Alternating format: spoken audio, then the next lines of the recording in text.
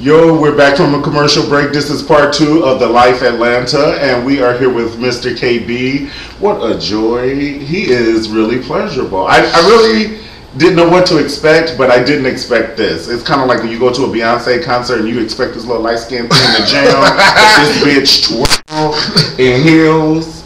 Okay, so I'm really enjoying this. Okay, if you like it, then you should have put what? You really did twirl a ring on it. Okay, but now listen. We were talking about how heightened it had gotten up in George's room, and I asked you, did you know that he was dating somebody else? And you said no. No. Let me ask you this, and this is just me being me. Mm-hmm. Do you think that George was just looking for people when he was here because he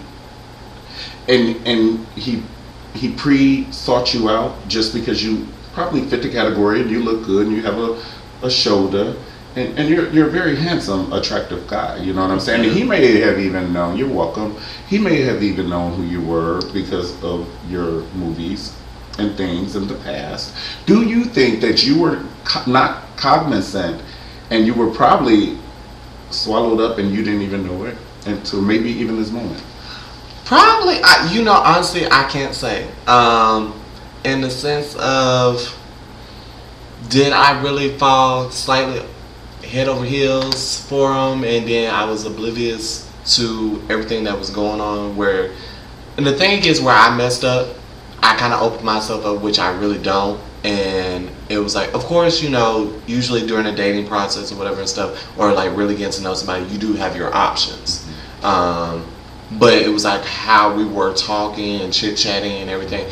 It didn't seem that way, that he had an option. It was like, literally I was just thinking like, wow, when you get here, something might set off great and everything. Mm-hmm. So for you to come here and then you like, okay, let me get settled in and let me get the firm together and we're about to film next week. Let's, chill out and let's make everything seem fresh, like we're just starting off.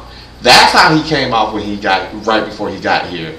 And basically, when he got here, that's why I'm saying he didn't start mingling with me, then conversations. But he invited you to his housewarming when he knew he had another piece there.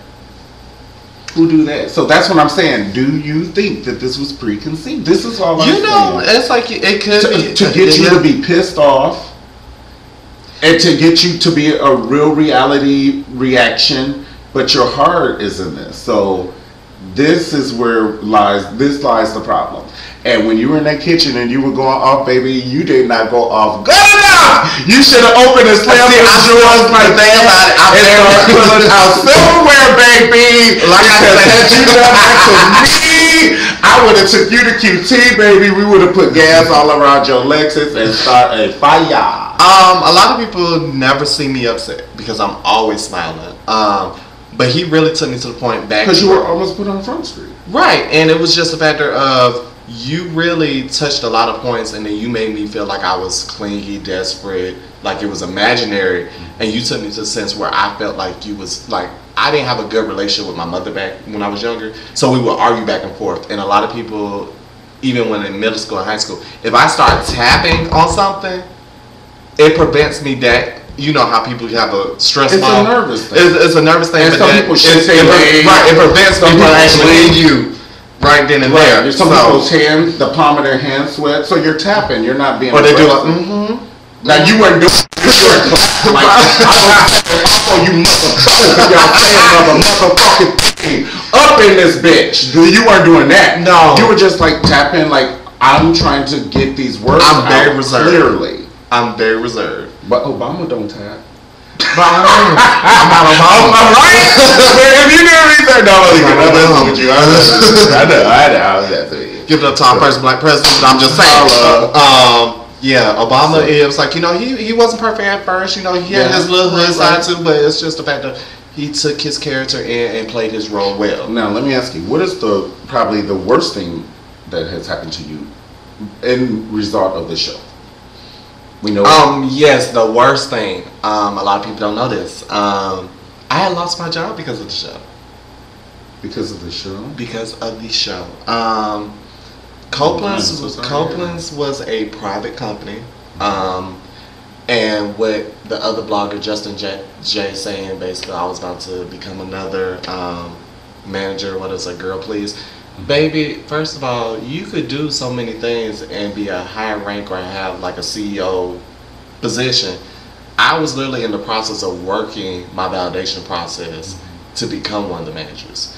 And they filmed me, I didn't know at the time, but they filmed me inside the restaurant and serving 2 or 3 tables. So what do you mean they filmed you without you knowing? Like, you know how you might have a small mini camera just like here at home like this. They did that. When they didn't pre-talk to you about this? No. So how could they film you on your job and not pre-talk about this? The thing is, they wanted to get a lot of us in our natural environment. So did they tell you? This is what I'm saying now. No. Did they pre-tell you, said, you know, during these 4 weeks we might surprise film you? They did say that, but it was like in the sense of, in a job sense. Because I did ask could they originally come in or whatever stuff, and I knew it, and it was like George had asked me, it was like, you know, they had to get permission from corporate or whatever and stuff, and I just told George, no, it's probably not a good idea. I just think that the way that the editing happened, I don't think that it was the character of you being a server, but immediately after the server, it was a DVD cover. Right, I felt so bad about that. A lot of people that was like friends with me, they was like, and then again, back to you. You didn't know. Right. You did not know that. Did y'all sign a contract? We did sign a contract. We did not see the video before it was released to everybody. What were the like kind of like the grounds of the contract? The grounds of the contract was not 12 weeks, 4 weeks. Like what? Basically, was summer wise. They were able to film us during the whole period of time. We started the day after Thanksgiving, and then we went all the way till February of dealing with different situations and again trying to get everybody. Money wise, did everybody get money paid? wise? The thing is, this was a pilot. We were shooting a pilot, and we were going to get picked up by Logo. The situation was basically, a lot of people don't know, the reason why it did not get picked up and we had linked it to YouTube. The CEO did not like that it was too much sex Could we and have drugs. edited it out? We could have edited it out. And the drugs, when the lawyer, who is George, went to the lady, what was her name, Helen Shaw? Yes. When he went to her and he was like, they're gonna have weed, but he's a lawyer, a person that protects the law and breaking the law, and that was baffling me as a viewer. I was like, did he just say that? Like even on this show, like. And then Chunkadine doing it, actually rolling up a blunt on the yeah. But now I know Logo did not say that because Queer as Folk, that's all they did was Tina and all that. So please and thank you. And on Queer as Folk, they were always screwing and Babylon. The thing is, I don't think they wanted it in the pilot. I think they want to run later on. Don't bring the representative. You know they have a new representative though for Logo, so that's the reason why. No, don't bring the representative. Bring who you are to the table. Right. So don't bring me the pilot with Abigail and then come out with Shaniqua. You know what I'm saying? So if we smoking and we having sex, then bring in the pilot. But I'm just saying, like they really thought that it was going to sell. If you actually think about it, you can't say you really did like those soft porn scenes though. Oh, that was hot. Yeah. Are you talking about with Alex and his friend? Well, let me say this. I like that Chuck Alex and his friend.